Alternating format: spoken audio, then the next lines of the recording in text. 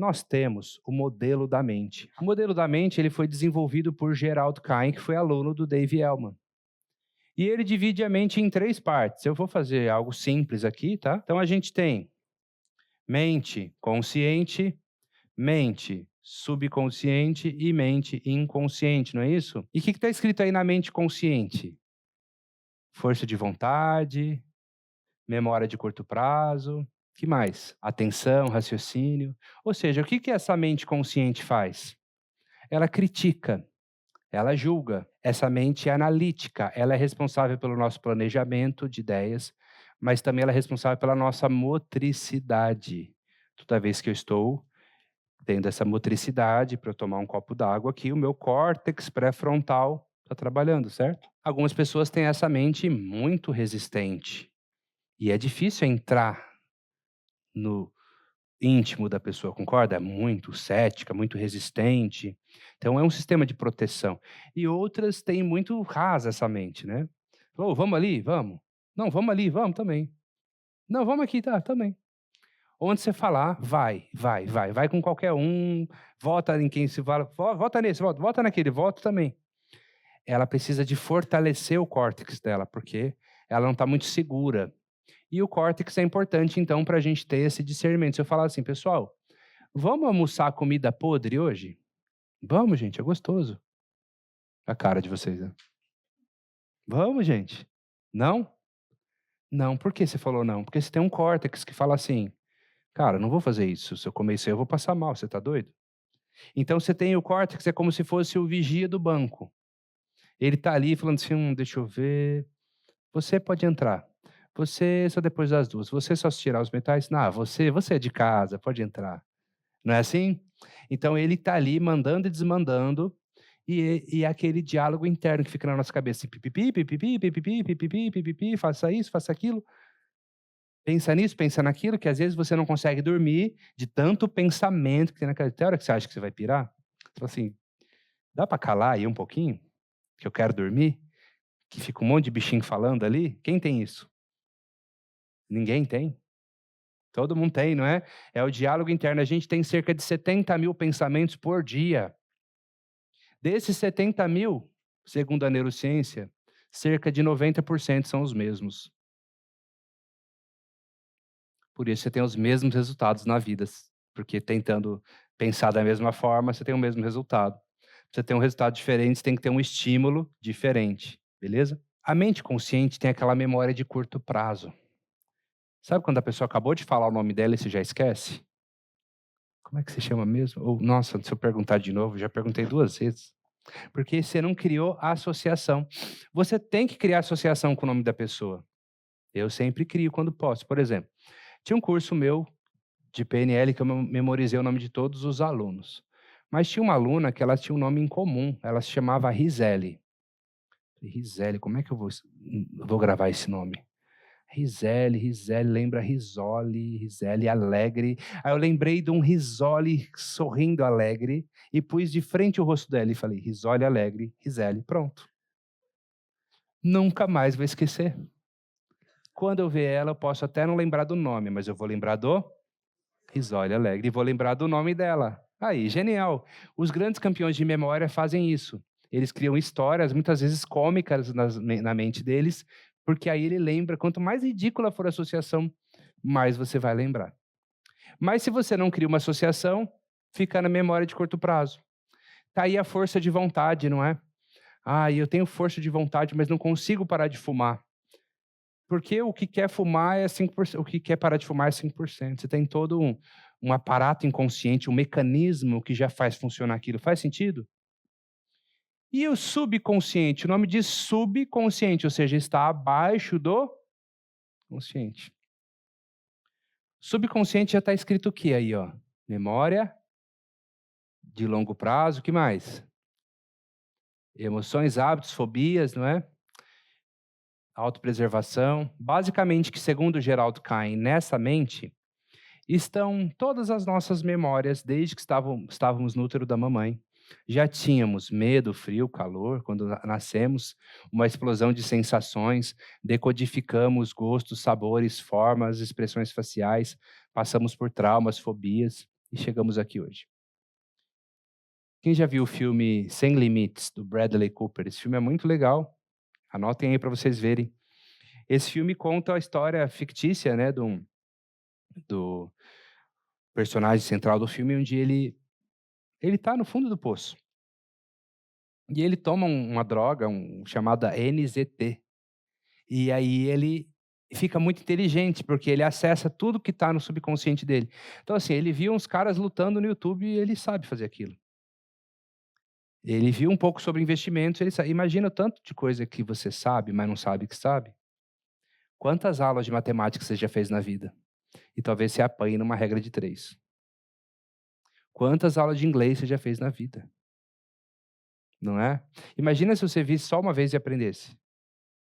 Então a questão não está o erro não está na exposição, está na assimilação daquilo.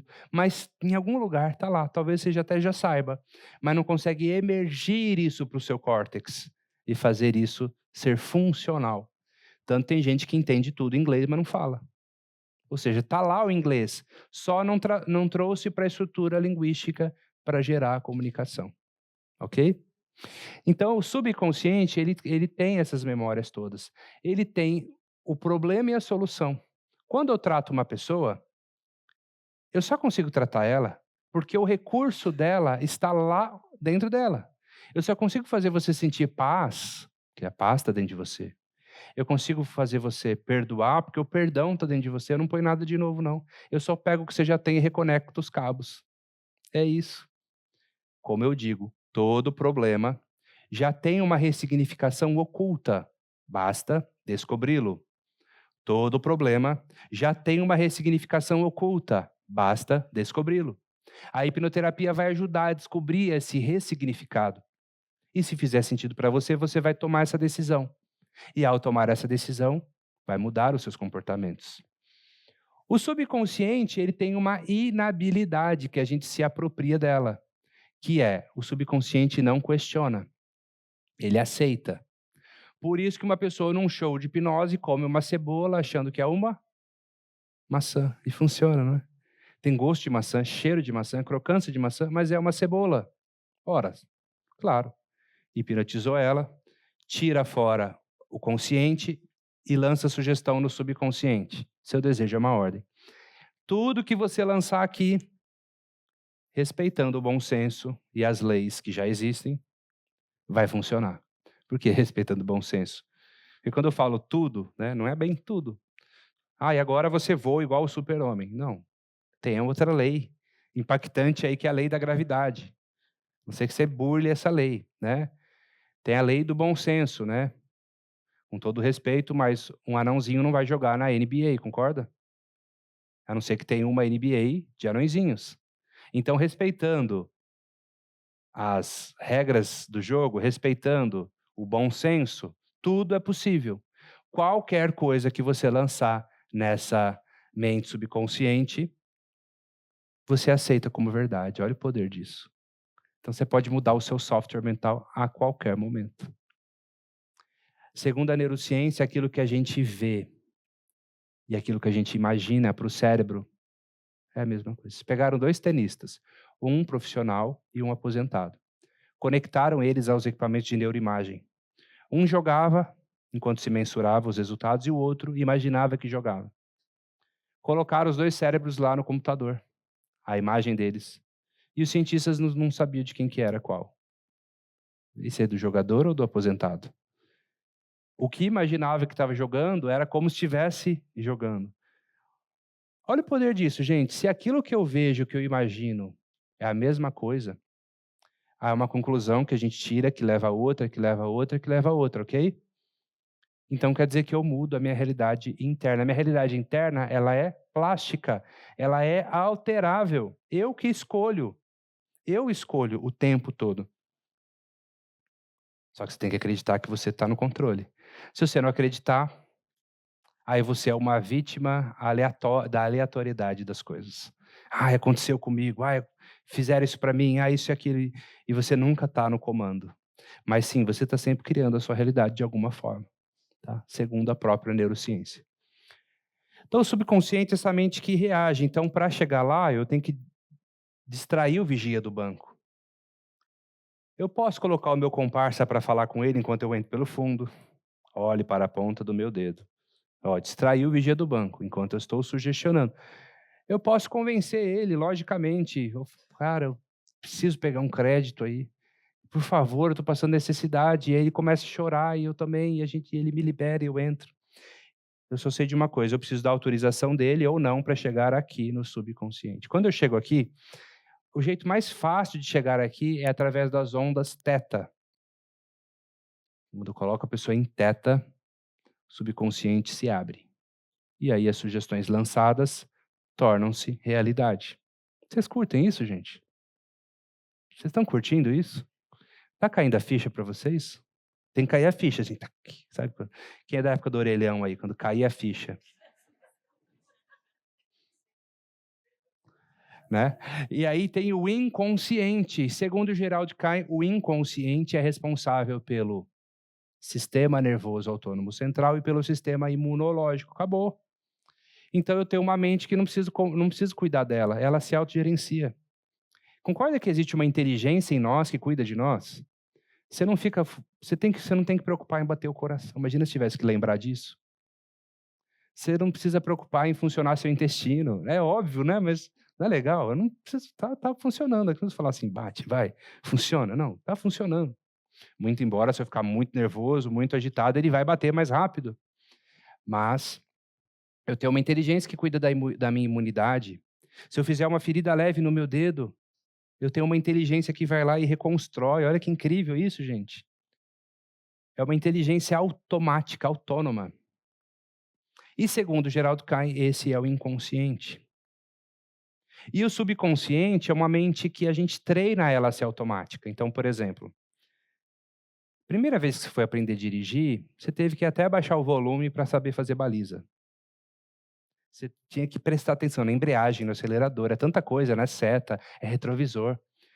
Aí você dirige, você nem pensa, você entra no carro e vai, pá. Automatizou. Você vai tomar banho, você não pensa assim, será que eu tomo banho? Por onde que eu começo? Será que eu começo pelo pé? Pela mão? Não, você toma banho. E pensa na morte da bezerra, mas toma banho.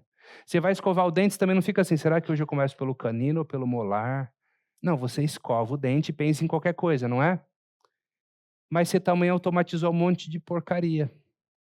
Então, às vezes a pessoa ela tem um hábito incontrolável de falar mal dos outros. O outro tem o hábito de acordar às 6 da manhã para fazer atividade física. Que você fala assim, gente, podia ser 8, né? 9. Mas não, na cabeça dele é 6 e acabou. Por quê? Ele pôs esse programa, mas não foi fácil de cara. Ele repetiu 1, 2, 3, 4, ele repetiu algumas vezes, até que virou um hábito.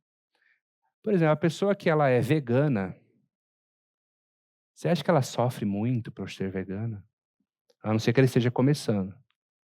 Aquele que já está há um tempo vegano, para ele é o mundo dele, tipo, não existe outra coisa. É aquilo que ele vai comer e acabou. Ele pôs esse programa na cabeça dele. Agora, se você toma um refrigerante hoje, amanhã e depois de amanhã, o que você quer no outro dia? Refrigerante.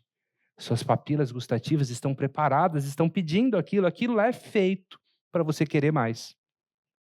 Porque você vai retroalimentando esse sistema. Você funciona perfeitamente com os inputs que coloca na sua mente. Não tem nada de errado com você. Você está onde você devia estar, você tem um resultado que você devia ter. Isso é de uma alta responsabilidade tremenda, não é? Porque eu paro de botar a culpa no outro. Você está onde você devia estar com o que você fez, o programa que você rodou aí, rodou funcionamento. Seu cérebro não sabe o que é hábito ruim e hábito bom. Ele sabe o que são hábitos. Está repetindo, repetindo, repetindo, repetindo, repetindo. Opa, vou fazer isso aqui automático. Beleza? Aí vira um vício, por exemplo. Tem pessoas viciadas em masturbação, sabia? Que procuram a gente desesperadas, não sabe o que faz mais. Começou 1, 2, 3, 4, 10, 20, 30, 50. Aí passou a ser um hábito diário. Aí passou a ser 2 vezes por dia, 4 vezes por 6 vezes por dia. Aí se tornou disfuncional. Não passou a ser uma coisa assim, algo saudável, algo, né, ecológico. Se tornou disfuncional. A pessoa já se sente escrava daquilo. Então o subconsciente está respondendo. O que você está mandando, ele está respondendo isso daqui. Ah, Lucas, mas eu aprendi que o certo é falar inconsciente. Gente, isso é metáfora. Se você quiser usar o termo inconsciente ao invés de subconsciente, tá tudo certo, às vezes eu uso também, mas para o Gerald Cain é diferente, entendeu? Para o Gerald Cain, o inconsciente é o sistema imune e o sistema nervoso, e o subconsciente eu tenho consciência dessas memórias e consigo alterá-las. Mas isso tudo é metáfora. Vão ter pessoas que vão falar assim, ai, o subconsciente não existe. Um dia um cara falou isso para mim, subconsciente não existe, porque lá no cérebro não tem uma parte chamada subconsciente. Eu falei assim, mas você está falando de cérebro ou de mente? Já começa por aí, né? Aqui eu estou falando de mente, eu não estou falando de cérebro, é diferente. Ele, pois é. O cérebro é um órgão. Todos nós temos, basicamente, que o mesmo. 1,3 kg a 1,5 kg. Textura de tofu. 86 bilhões de neurônios. Células da glia, sistema neurovascular. E isso é como se fosse um hardware. E aqui é como se fosse um software. Todo mundo tem um computador Lenovo, por exemplo. Mas cada um opera ele de um jeito, é um programa diferente nele, é um software. Embora o hardware nosso seja praticamente o mesmo, o software é diferente. Já se sabe que os grandes gênios da humanidade não tinham nada de diferente no cérebro, na estrutura física do cérebro. Mas na mente, com certeza. A mente do Albert Einstein era muito diferente da maioria das pessoas e até hoje, né? Ou seja, uma mente que o estímulo de pensamentos dele, com certeza, fazia cálculos diferentes da maioria. Por isso ele saiu da curva nesse sentido. Mas não necessariamente ele era um gênio para tudo. Ele era um gênio numa área. Talvez ele não soubesse coisas básicas, elementares, mas naquela área ele era gênio. Então tá tudo dentro de nós. Nós somos um hardware com um software e nós vamos mexer no software. E não vejo problema em usar o termo metáfora subconsciente, uma vez que grandes cientistas usam. O verdadeiro cientista, ele não é bitolado. Bruce Lipton, inclusive eu vou num curso dele em agosto, o Joe Dispenza, Greg Braden, esses caras todos usam o termo subconsciente. Então pode continuar usando, está autorizado, porque tem uma galerinha querendo falar para não usar. Que são os cientificistas, que é diferente dos cientistas. O cientista é um pesquisador e ele faz a fusão entre a metáfora e a ciência, entre a espiritualidade e a ciência. O cientificista é aquele assim, ó. Tá no artigo? Não tá? Então não é verdade. E aí ele tem uma visão de mundo limitada. Simples assim, tá bom? Então esse é o modelo da mente, importante vocês saberem.